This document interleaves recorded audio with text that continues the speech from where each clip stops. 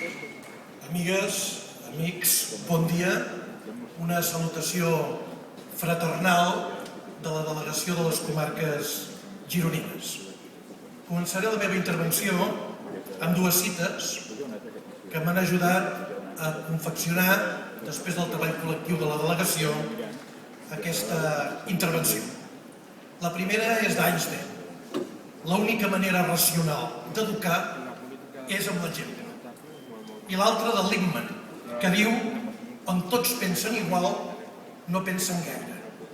Jo penso que nosaltres ens caracteritzem per demostrar l'acció de l'exemple. I ens caracteritzem també per pensar que quan algú discrepa de nosaltres probablement és el nostre millor amic. Probablement és el nostre millor amic. Avui no parlarem del passat. El passat és important. No analitzarem la nostra participació a fons en els governs de la Generalitat o en els municipals. Tindrem més temps i és evident que abans de tornar a governar caldrà analitzar a fons els nostres encerts, no pocs, i els nostres errors. Però avui hem de parlar de present i de futur. I primer de tot de la crisi, d'una crisi que en som conscients no és una més del capitalisme, és una crisi de sistema. Europa, Espanya, Catalunya. I com és una crisi de sistema, no podrem tornar ni als vells bons temps que voldria el capitalisme, ni als vells bons temps de l'estat del benestar. Hem d'avançar-nos, hem de saber preparar-nos per aquest món i, per tant, construir una alternativa social, econòmica, ecològica i nacional. Per això proposem la renda bàsica universal, perquè no creiem que la pobresa sigui un càstig diví, perquè no creiem que la pobresa es sigui perquè la pobresa és la causa i l'efecte d'un sistema injust.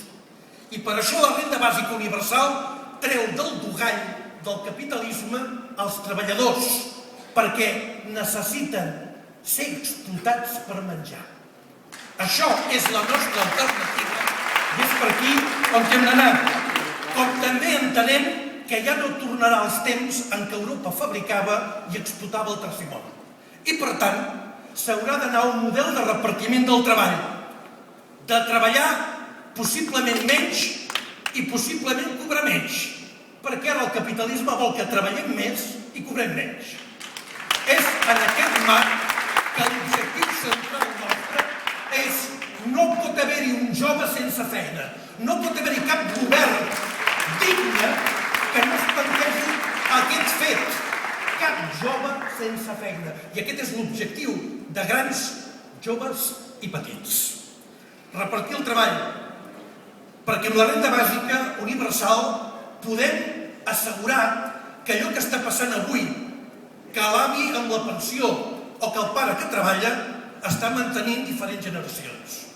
És una autoexplotació que ens fem a les famílies. Hem d'acabar amb aquesta perspectiva i, per tant, assegurar el repartiment de la riquesa.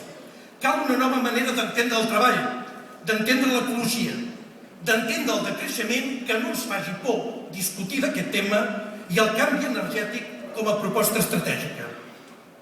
De la igualtat de serveis a la progressivitat en funció de la renda. L'ús social per sobre del profit.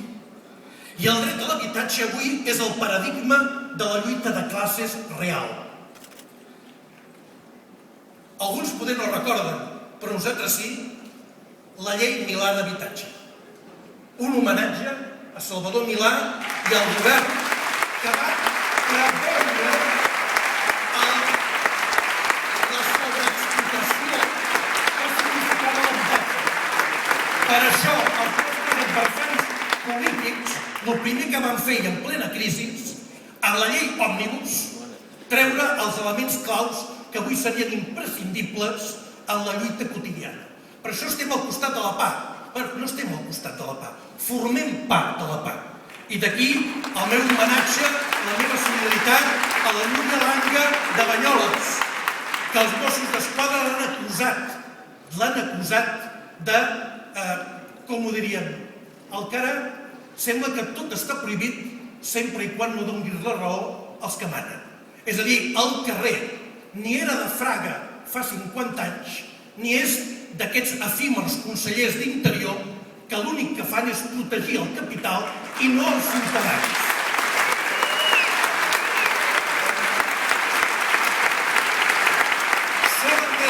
Solament si som un poble subjecte sobirà, podem marcar les nostres prioritats per nosaltres i les relacions que volem amb els altres.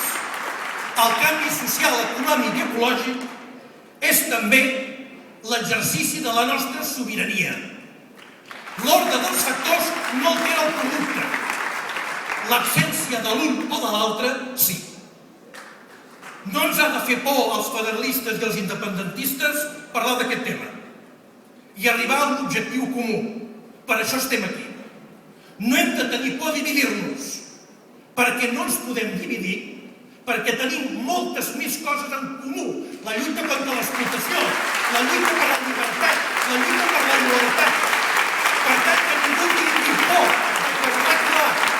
No ens dividirem per això. Perquè volem i perquè tenim al cap un model social, solidari, alliberador. Un model que vol Catalunya nació germana de totes les nacions lliures. Per tot això, valorem positivament tota mena de confluència de l'esquerra transformadora. De l'esquerra transformadora que no és solament política, que és política i social, i en aquest cas també l'ordre dels factors d'altera el producte. No podem desatendre cap crida que porti amb generositat a ser capaços de vertebrar una alternativa, perquè per això estem aquí. Estem per preparar alternatives, estem per lluitar a l'oposició, però estem per governar, i mai governarem sols, però podem governar amb l'hegemonia. Catalunya és el nostre bressol, és el marc de la nostra lluita. I permeteu-me que agafi una cita de Paco Candel, que moria el 2007. I és una cita que per mi sintetitza el que som i el que volem. Diu, d'aquesta terra forta, noble i renovadora, que és Catalunya, dimana una saba tremenda de llibertat i alhora una formidable atracció que es torna fanàtica afecció envers ella.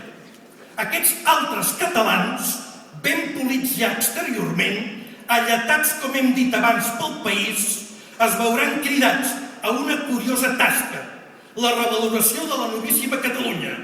I Catalunya s'haurà salvat un cop més, els altres catalans. Nosaltres hem de portar l'hegemonia del futur de Catalunya, no la burgesia. I els altres catalans són la base dels actuals catalans. No ens deixem dividir per ningú. El fet nacional és també, avui, fet social. I amb el cor a mà,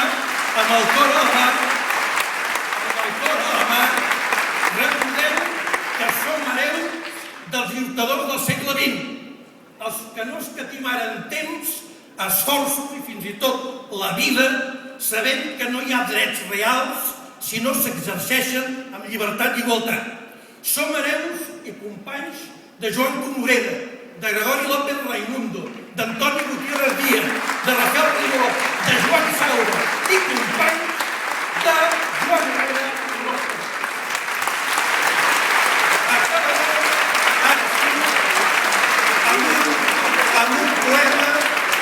Amb un poema, perquè la vida és lluita, però com deien les treballadores del 8 de març, la lluita és lluita, però també són roses. Un poema de Joan Vinyoli. Per l'espai abrilat i clar, soc una losa que el sol mira. M'he tornat una esvelta lira per ser posada i per vibrar. Això és aquesta assemblea. Vibrarem i farem vibrar el nostre país.